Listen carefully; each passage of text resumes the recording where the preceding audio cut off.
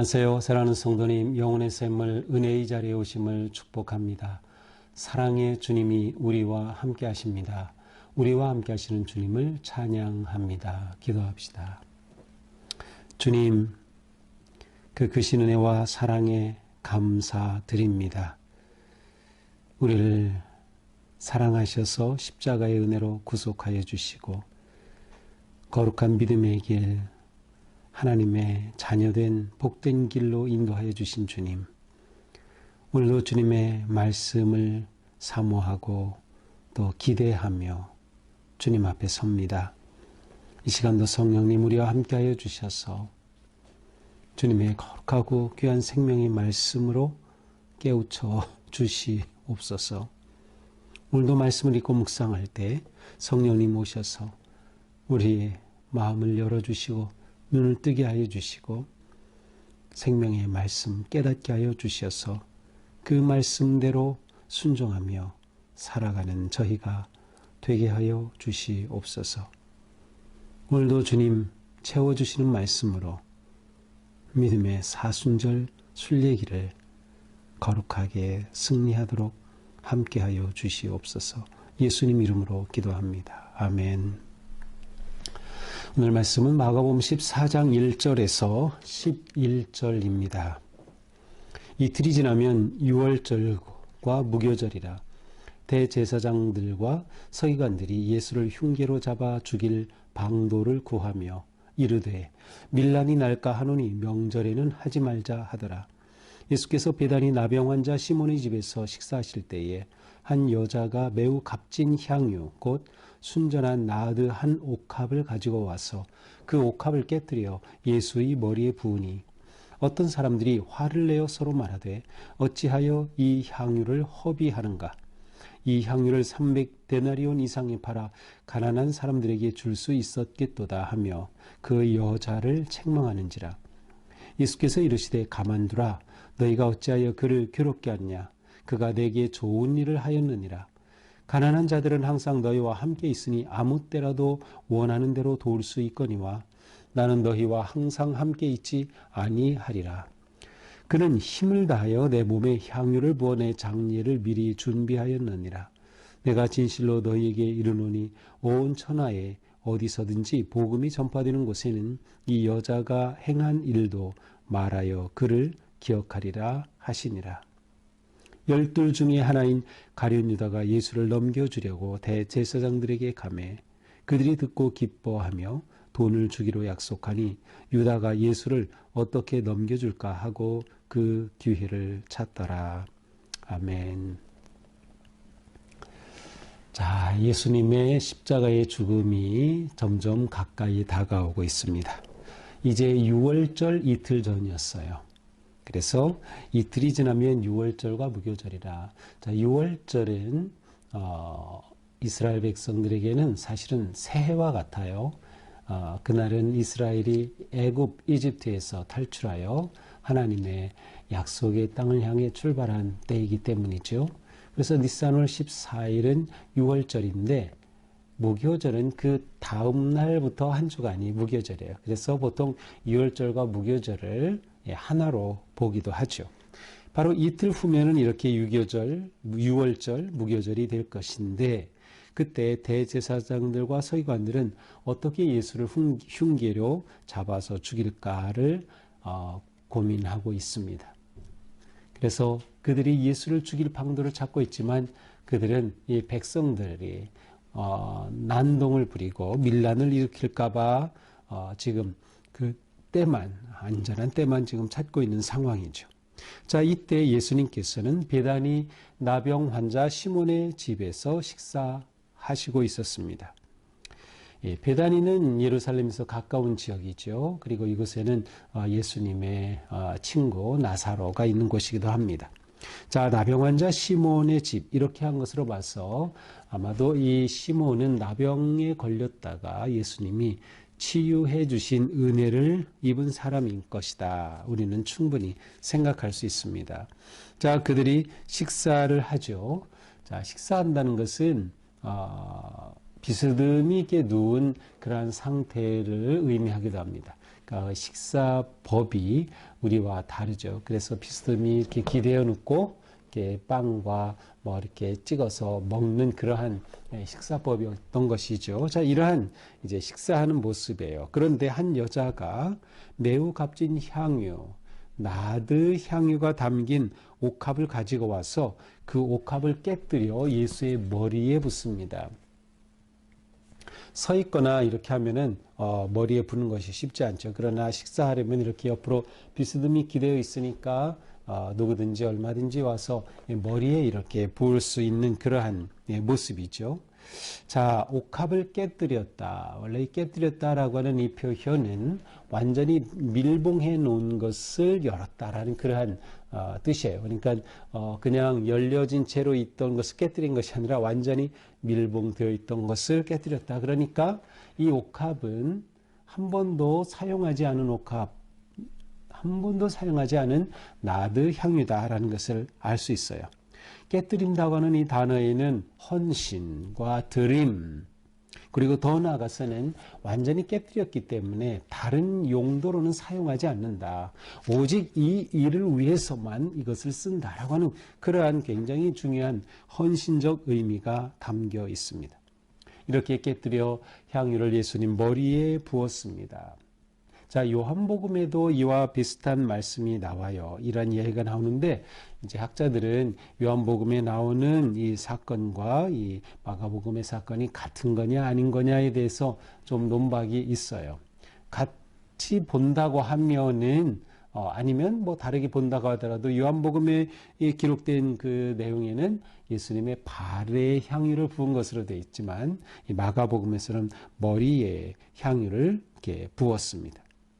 어떤 사람들이 이것을 보고 화를 냅니다. 뭐라고 하죠? 어찌하여 이 향유를 허비하는가? 이렇게 값비싼 향유를 예수님 머리에 붓는 것을 보고 허비한다고 생각했어요. 이들은 이 향유가 300데나리온 이상이 된다는 것을 알고 있었습니다. 300데나리온 하면은 300일 동안 일해서 벌 수 있는 금액, 그러면 우리 돈으로 한 3천만 원 될까요? 굉장히 값비싼 것이죠. 그러니 이것을 팔아서 가난한 자들에게 줄 수 있었을 것이다 라면서 이 여자를 책망하는 겁니다. 요한복음에서는 요한이 그 유다가 요한이 아니고 요한복음에서는 유다가 이렇게 트집 잡은 것으로 나와 있어요. 자, 어쨌든 이렇게 이 여인을 책망합니다. 그러자 예수님이 말씀하시죠. 가만둬라. 어찌하여 이 여인을 괴롭히느냐? 이 여인은 지금 내게 좋은 일을 했다. 너희가 가난한 자를 도와주면 좋았을 것이라고 말하지만 사실 너희에게 가난한 자들은 언제나 있을 거야. 그러니 언제라도 너희가 원하면 도울 수 있지 않겠느냐? 하지만 나는 너희와 항상 있지 않을 것이다. 따라서 이 여인은 힘을 다해서 내 몸에 향유를 부음으로 내 장례를 준비한 것이다. 자, 여기서 예수님은 이미 예수님의 돌아가실 것을 다 알고 계시죠. 보고 계시죠. 이미 제자들에게 수차례에 걸쳐서 이러한 순한 예고를 하신 바 있어요. 그리고 예수님은 그때가 가까이 온 것을 아시고 이 여인의 행위가 곧 예수님의 이 장례를 준비한 것임을 말씀하고 계신 거죠. 내가 너희에게 이르노니 온 천하 어디에서든 복음이 전파되는 곳에 이 여자의 행한 일도 말하고 그를 기억하게 될 것이다. 예수님 말씀대로 실제로 우리가 지금 이 여인을 기억하는 것 아닌가요? 이 여인의 이름은 나오지 않습니다. 요한복음에 나오는 경우에는 마리아라는 이름이 있어요. 근데 어쨌든 여기서는 이름 없는 한 여인입니다. 하지만 우리는 예수님의 말씀처럼 이렇게 복음서에 기록이 되어 그 여인을 기억하게 됩니다. 자, 10절, 11절은 이제 유다가 이제 예수님을 팔 때가 되어서 넘겨주려고 대제사장들에게 간 기록입니다. 그래서 대제사장들이 유다가 와서 내가 예수를 넘겨주겠어 하니까 얼마나 좋아요. 지금 왜냐하면 앞에서 뭐라고 됐어요. 어떻게 죽일까를 지금 그들이 방도를 찾고 있는 상황인데 예수님이 제자 유다가 와가지고 내가 넘겨주겠다, 도와주겠다 하니 말이죠. 그래가지고 유다에게 돈을 주기로 약속합니다. 마태복음에서는 유다에게 은 30을 준 것으로 나오죠. 출애굽기에서는 은 30은 노예가 죽었을 경우에 그것에 대한 대가 지불하는 것이 은 30이었어요. 어떻게 보면 예수님의 죽음에 대한 대가로 유다가 30을 받은 셈이죠. 자, 오늘 말씀에서 우리는 예수님의 머리에 향유를 부었던 이 여인을 생각하게 됩니다. 자, 이 여인은 주님에 대한 놀라운 사랑과 헌신의 마음이 넘쳐납니다.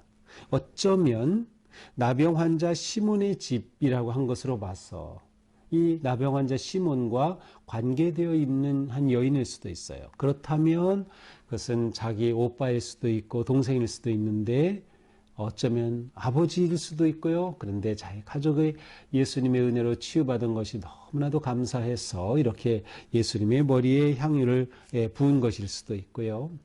아니면 무엇인가 예수님의 큰 은혜를 입은 이 여인은 시몬의 집에 예수님이 오신 것을 알고 와 예수님의 머리에 부었을 수도 있어요.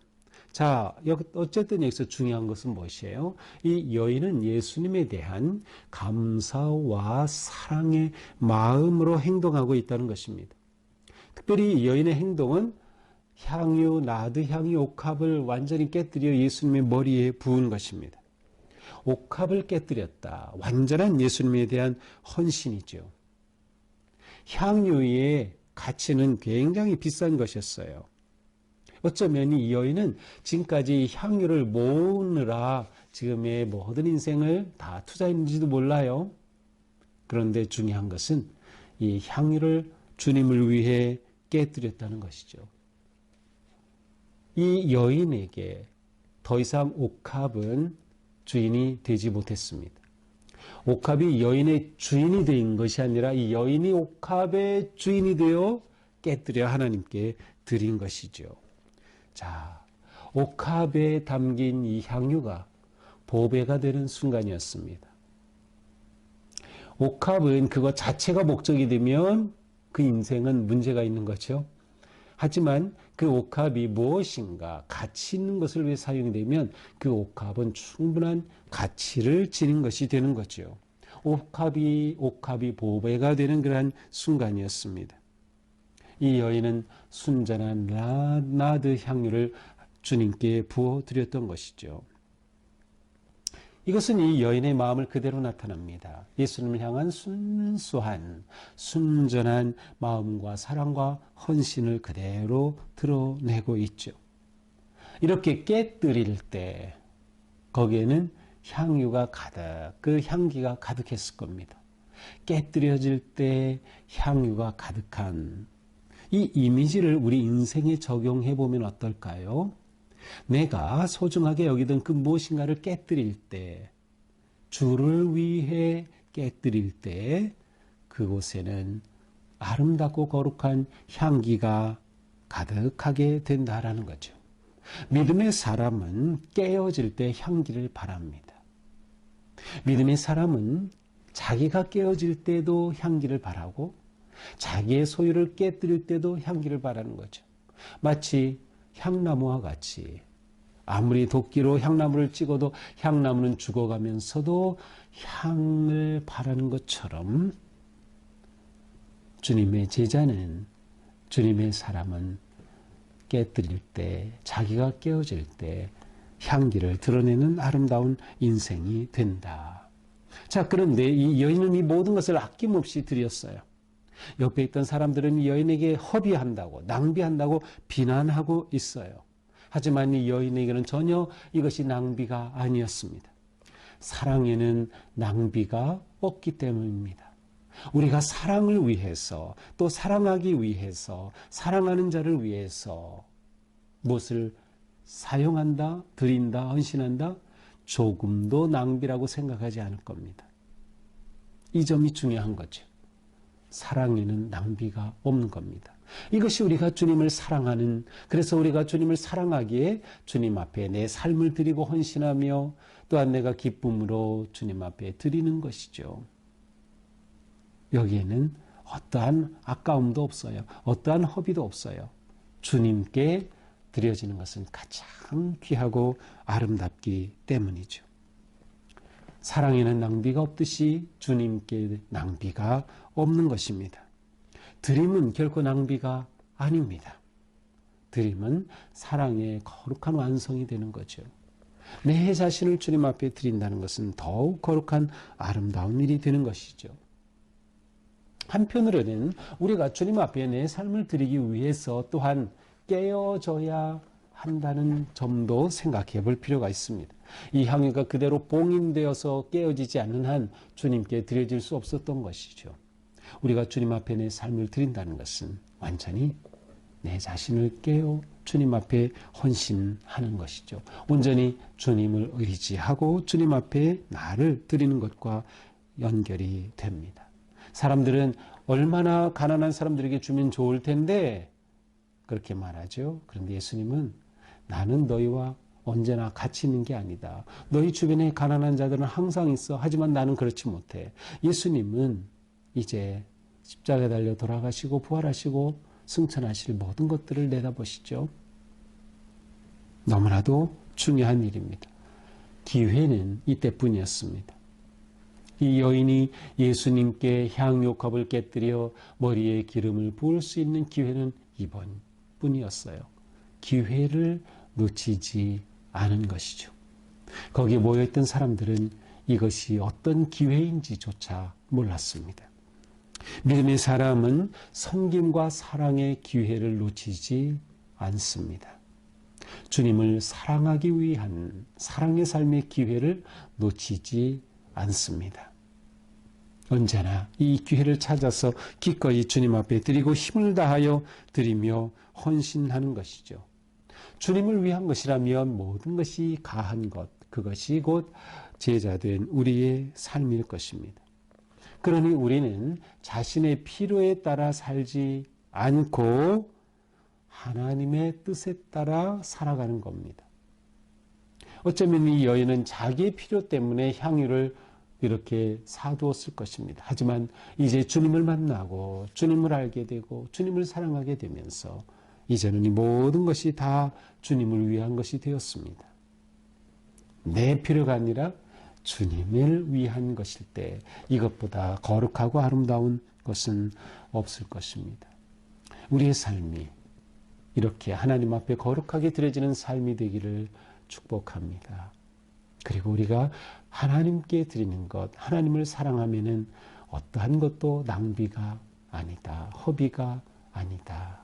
가장 귀하고 가치 있는 일이다 라는 점을 생각하며 오늘도 내일도 우리가 주님 앞에 드림이 기쁨이 되고 어떻게 내 삶을 주님 앞에 드릴까를 기도하면서 거룩한 삶에 헌신하는 우리 모두가 되기를 축복합니다. 기도합시다.